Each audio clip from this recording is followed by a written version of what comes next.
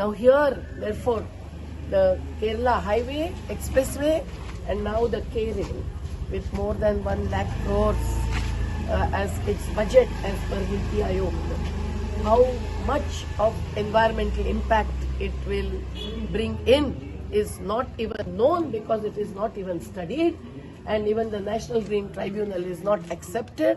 The centre has not given permission. I really appeal to Pinarayi Vijayan with folded hands. I know he is suffering of some serious disease and he is in treatment. So please save his life and save others' lives as well.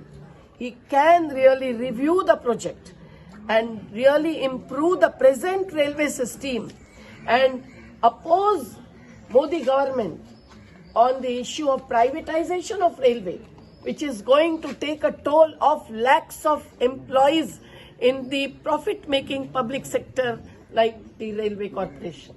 So we are here for raising all the issues. It is very critical stage today that the country is facing.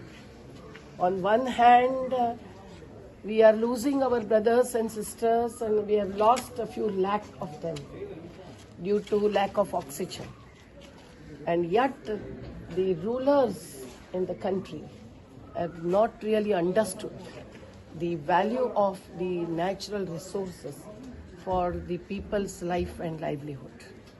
And that is why we have to stand up wherever people raise questions with confidence and courage, come what may.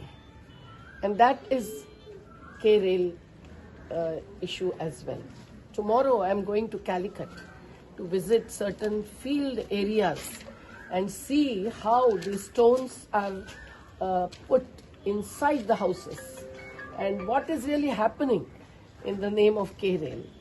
I know that the bullet train, which is opposed by the CPM comrades of ours in the farmers' movement and Adivasis in the areas of Palghar near Mumbai, because that is unnecessary expenditure at the cost of the other real priorities of the fish workers or the farmers. And that is really going to kill the natural water flows and the drainage.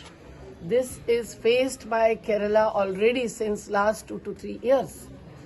It is not only the Western Ghats, but it is also the catchments of the rivers which are blocked in one way or other, whether it is by highways or other infrastructure projects. This is experienced in Maharashtra by the Kolhapur district, Sangli district, Satara district, Raigad district, Ratnagiri district. I've just with the team of our experts belonging to NAPM has studied the whole situation, and our final report is going to be submitted to the Maharashtra government within the next few days. Now, why is this happening? Because even the alignments are not properly and scientifically worked out when they build the highways, when they build the flyovers, or when they build the railway bridges. You won't imagine that the Konkan railway bridge in the district of Raigad, which is next to Mumbai, really stopped the flow of the river Savitri, which was flowing on the area of 2 kilometers naturally. And now only 700 meters area is left for Savitri's river flow. How can it not lead to flooding of the Raigad district with Mahad kind of township where 20,000 were affected in one single township?